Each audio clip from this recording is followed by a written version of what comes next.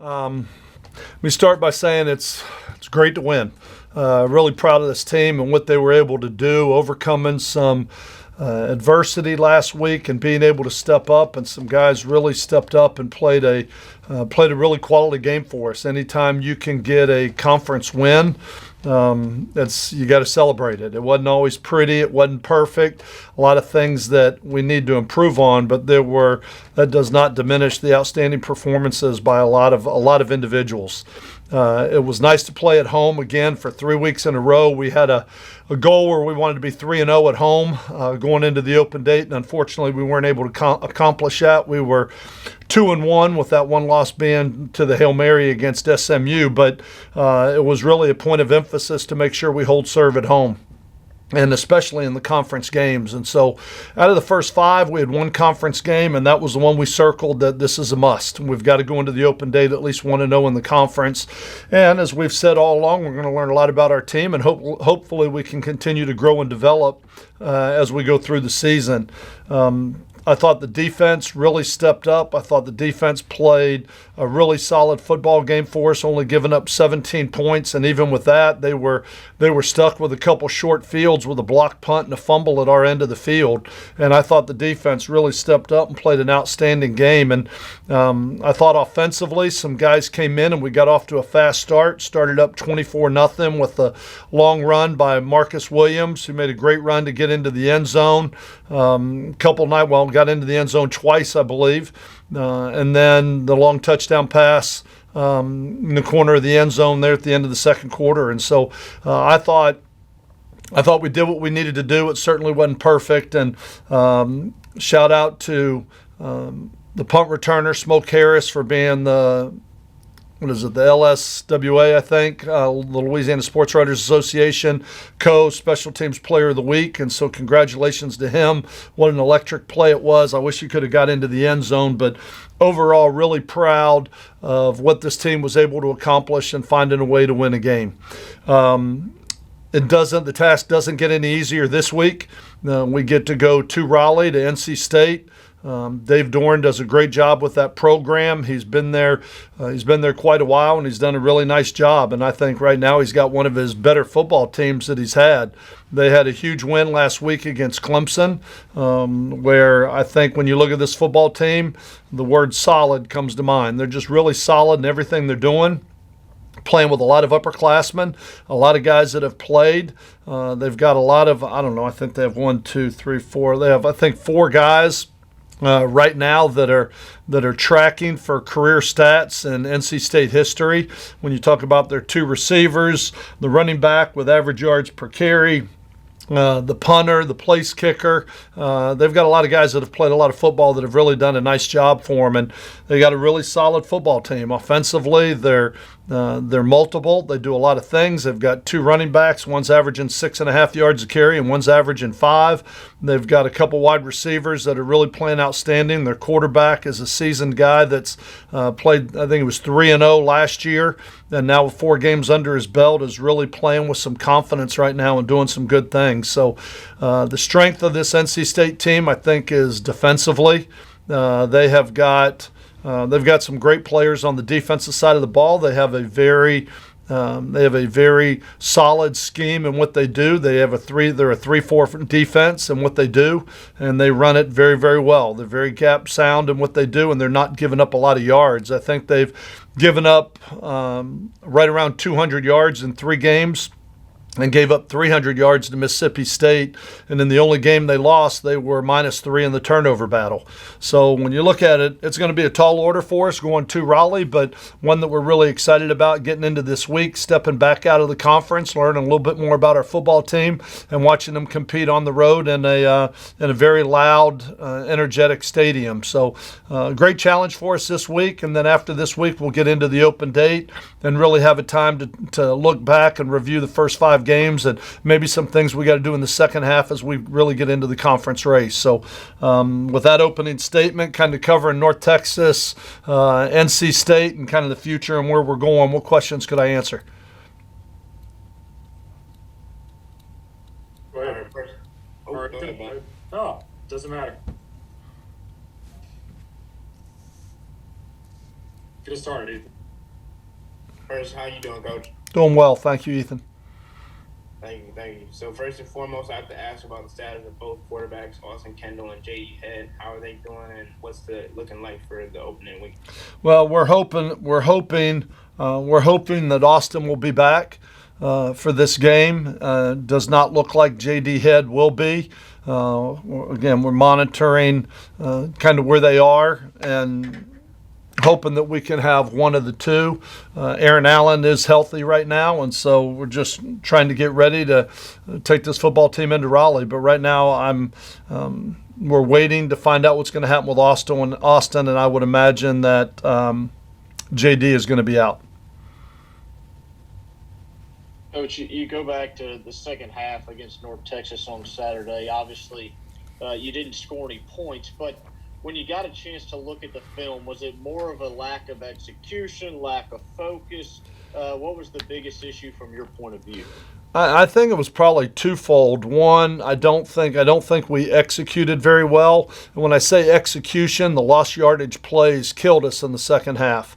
We tried to run a little reverse there, fumbled the ball, lose about 15. I think we lost like 70 yards, in the second half, just on, let's say, blunders, you know what I mean? Just things that we didn't execute at a very high level. The second part of it is I think they made some changes. I mean, they came in and I think looking to stop a little bit of our passing game, and we were able to hit some big runs early in the game. And then as the game went on, they started tightening down and put a little bit more pressure on their secondary and started really loading the box to stop the run. At that point, we had the lead, and with the backup quarterback, I was not looking to get into throwing it 55 times in that game. And so we kind of kept running it and punting it away, and the way that our defense was playing, I felt like it gave us a chance. But we need to do a better job of executing. We need to do a better job as coaches of not necessarily what plays we call, but being able to execute the play called, I think is the key. Execution is much more important than scheme, and we just got to keep harping on the fundamentals and execution for us to be the type of offense that we want to be. But I think part of it was on me playing maybe a little bit more conservative in the second half with the backup quarterback and what they were doing to really try and say, okay, you need to start throwing the ball more. But after we had 2 turnovers at our end of the field, they blocked a punt. They rushed one guy and blocked a punt, and we just got a little bit lackadaisical in our back wall. We got a little bit lazy with our punt steps, and he blocked a punt. But given the ball up 2 times at our end of the field, I did not want to do that again. So I take some ownership for the second half, and that I could have called a more wide open game in the second half. But I also felt like with the lead and the backup quarterback, we were trying to preserve that. So thinking about the offense for this week, the NC State defense has allowed only 249 yards per game. What's the plan of attack to go against this defense? We're still trying to figure that out. When you look at it, there are not many people that have been able to do very many things consistently against NC State's defense.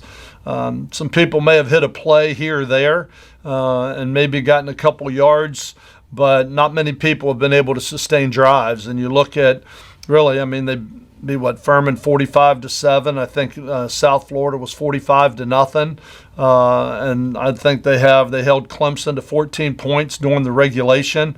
I think their linebackers, I think number one, Moore, is special. I mean, I think he's going to play this game for a long, long time. He is a difference maker. He's big, he's physical, he's fast. He's got a nose for the ball. He's smart, and he is a very, very physical football player. So I think it starts with their linebackers. Their defensive line are very active with what they do. I really don't know that they have much of a weakness as a defensive football team. I know been a big fan of Dave Dorrance for a long time, from when he was a defensive coordinator, from when he was a head coach at Northern Illinois, and then going to NC State. And great respect for him, the job that he's done, and knowing his defensive background. Their defense is just very solid, and the yards are not easy to come by for sure.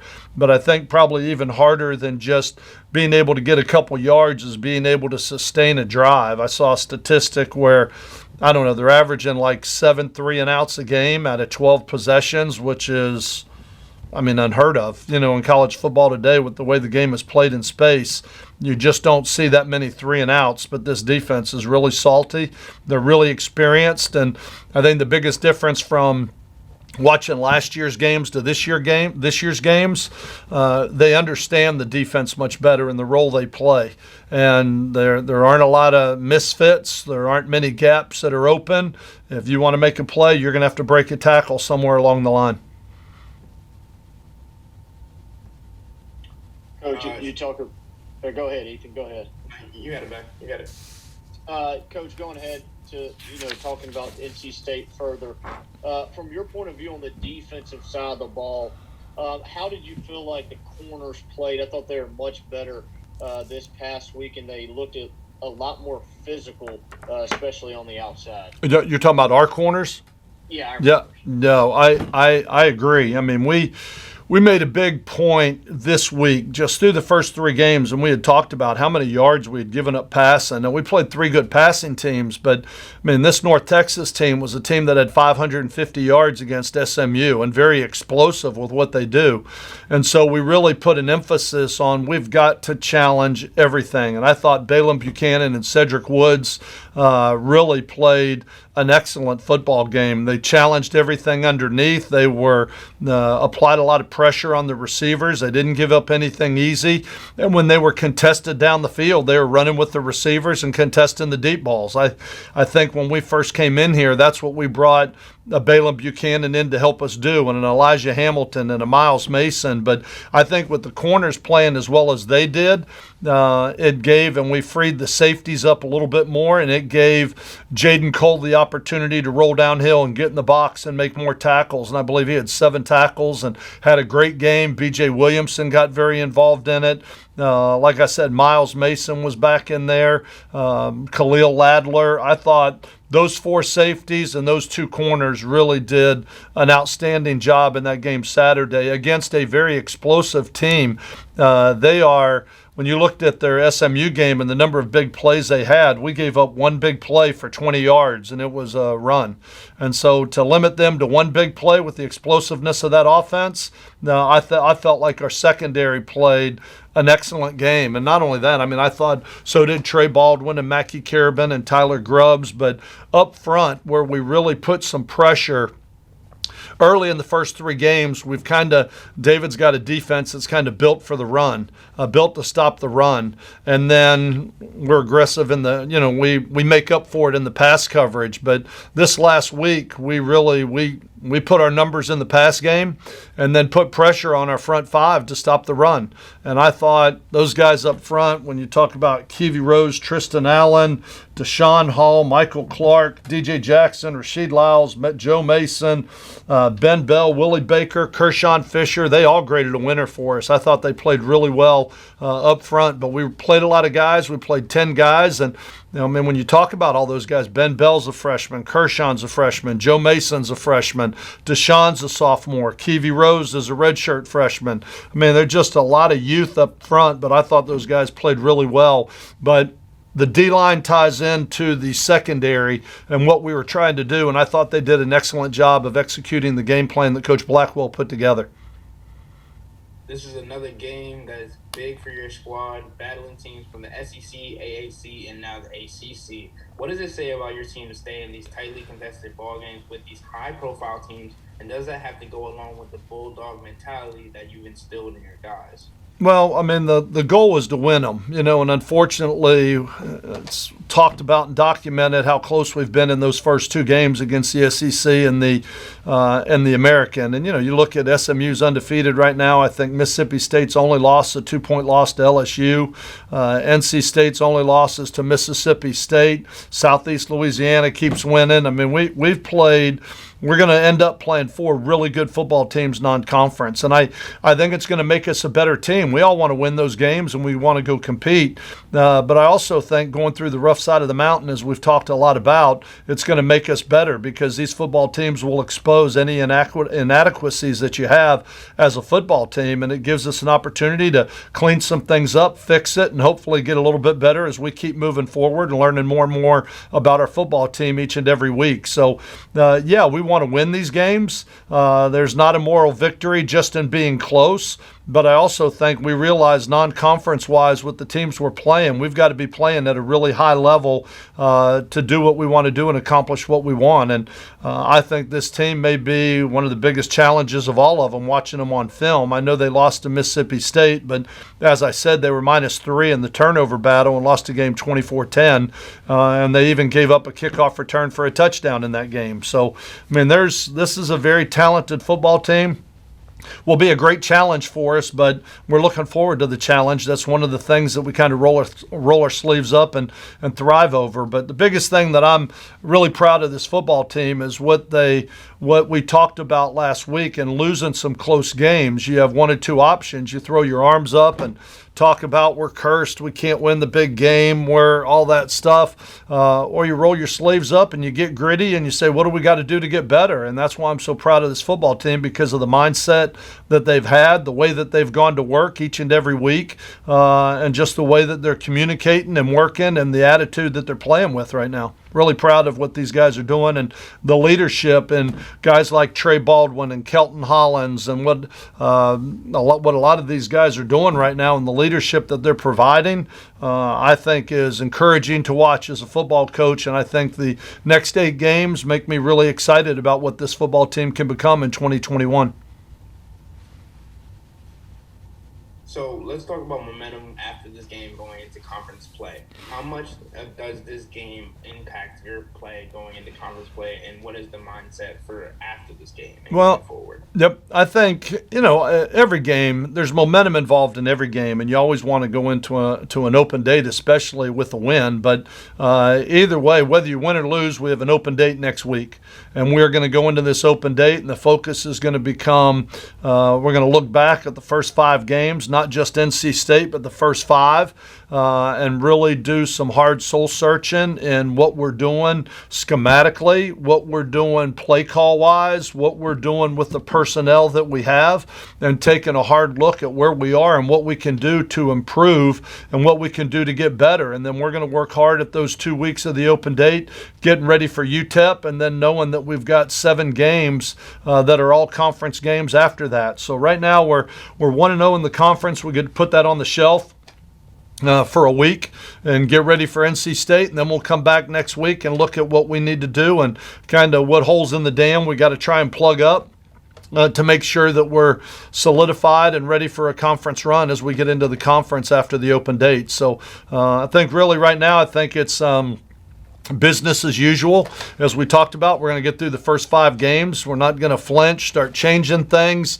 I think we just want to get a pretty good feel for where we are as a football team and who's really stepping up and playing at a high level, and maybe who needs a little bit of confidence, or what are some positions that maybe we need to protect a little bit better. I mean, so we've got to look at all that, and we'll take a deep dive into our offense, defense, and special teams after this week during the open date, and then we'll get ready for conference play. I got 2 more questions. I don't know if Ben still has any. Go ahead. I'm good. All right. We talked a bit about Marcus Williams Jr. post-game, but I wanted to ask about his backstory. A kid from North Carolina who was a grad transfer from Appalachian State and now has made a large impact with Tech. What have you seen from Williams to make you go get him as a grad transfer and his development as a player and as a person since he's been at Tech? Really impressed with him on film. You look at he's rushed for, I think, 500 yards the last couple of years. Really solid back. He wanted to play a bigger role. We had an opening with both of our seniors, Justin Henderson and Izzy Tucker, being gone from a year ago. And with those 2 leaving, it left a pretty big hole at the top of the running back room. So we've got a couple guys in here. When you look at Keon Henry Brooks, who's a younger guy, very, very talented. Harlan Dixon, younger guy, very talented. Kevin Dominique came in, younger guy, very talented. Greg Garner coming back from last year. But the biggest thing in bringing Marcus in here that I've been so impressed with, not only his talent, watching him on film at App State, but when you talk to him, he's He's a pro. He's very professional at what he does. He handles his business. Really good student, really good young man. You always see him over here in the building. He's over here in the morning getting treatment. He comes over early before practice, goes into the weight room, gets on the bands, stretches on the rollers, trying to get himself loose. He does the extra things that it takes to be great, to make sure that the wear and tear on his body as a running back, that he's going to be able to hold up for the course of the year. So I've been really impressed with his maturity, with his discipline, with his hard work. And as we mentioned earlier, we know he has talent, but I've really been impressed with him and couldn't be more excited that he is part of our program right now. And really, I think he is the number one tailback right now. He's the number one tailback. He's earned it. He deserves it. And I think these younger guys behind him, hopefully he's buying some time for those guys to continue to work and get better at learning the offense and learning what it's going to take. But I think he is a role model for the younger guys in the room to really look at and emulate as they move forward, because there's a reason that he's been successful everywhere that he's been, and it's because he is so mature and handles his business, and he's very serious about being a running back and doing what he's got to do to not only have a good game this game, but I think there's a long-term goal for him. It's not just I want to rush for 100 yards, but it's I want to be there each and every week for 12 weeks, and I want to have a great year, and he's doing everything he needs to do that right now. And my last question, Skip. Against Southeastern Louisiana, Williams nearly outrushed an entire rushing offense that saw 5 backs have carries. What is different between Williams and most running backs? Is it the work ethic in the offseason, the grit, the ability to create an open space? What makes Williams so good and such a good fit with your offense? Okay, give me the stat about 1 out of 5. Oh, so in the game against Southeastern Louisiana, Williams rushed for 99 yards. The entire rushing offense for Southeastern Louisiana rushed for 102 yards. Yes. He nearly outrushed an entire offense from that had 5 different running backs. Yep. No, he is. I think what makes him special is the things that we talked about. I mean, not only his talent. I think when you talk about his talent, I think he's got great vision. I think he's patient. I think he's got great vision. I think in 4 games, there's been one play where we said, you know what, you missed this one, you should have cut this one back. Other than that, he runs where the hole is. I mean, he does a really nice job. He's got a really good understanding of football. He's got a very high football IQ. He understands blocking schemes, and you can see him be patient and wait for that guard to pull around, and as soon as the guard pulls around, then he cuts right back up inside of him. He sets up his blocks. We always say knowledge is power. It's not just give me the ball and my talent's going to take over, but I think he's very, very knowledgeable. He's got a high football IQ. He utilizes the blocking schemes that are in front of him. He understands coverage roll where the safety's rolling down and working away from it.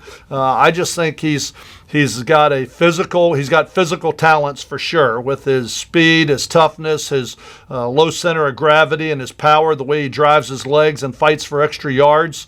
But he's also really strong mentally in his understanding of football. And then, as we just talked about, off the field, he's just really mature and takes care of his business and takes care of his body. And I think when you take those 3 things, that's what makes Marcus so special. Thank you, Coach. All right, Skip, I appreciate it. Thanks for your time. Thank y'all very much.